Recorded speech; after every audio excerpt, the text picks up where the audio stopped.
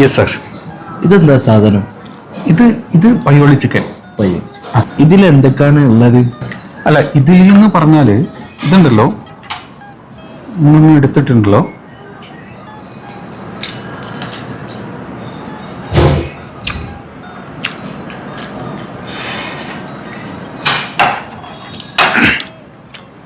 ഇത് നമ്മൾ സാധാരണ നല്ല ചിക്കനല്ലേ, ചിക്കൻ വാങ്ങിച്ചിട്ട് നല്ല മാരിനേറ്റ് ചെയ്യും.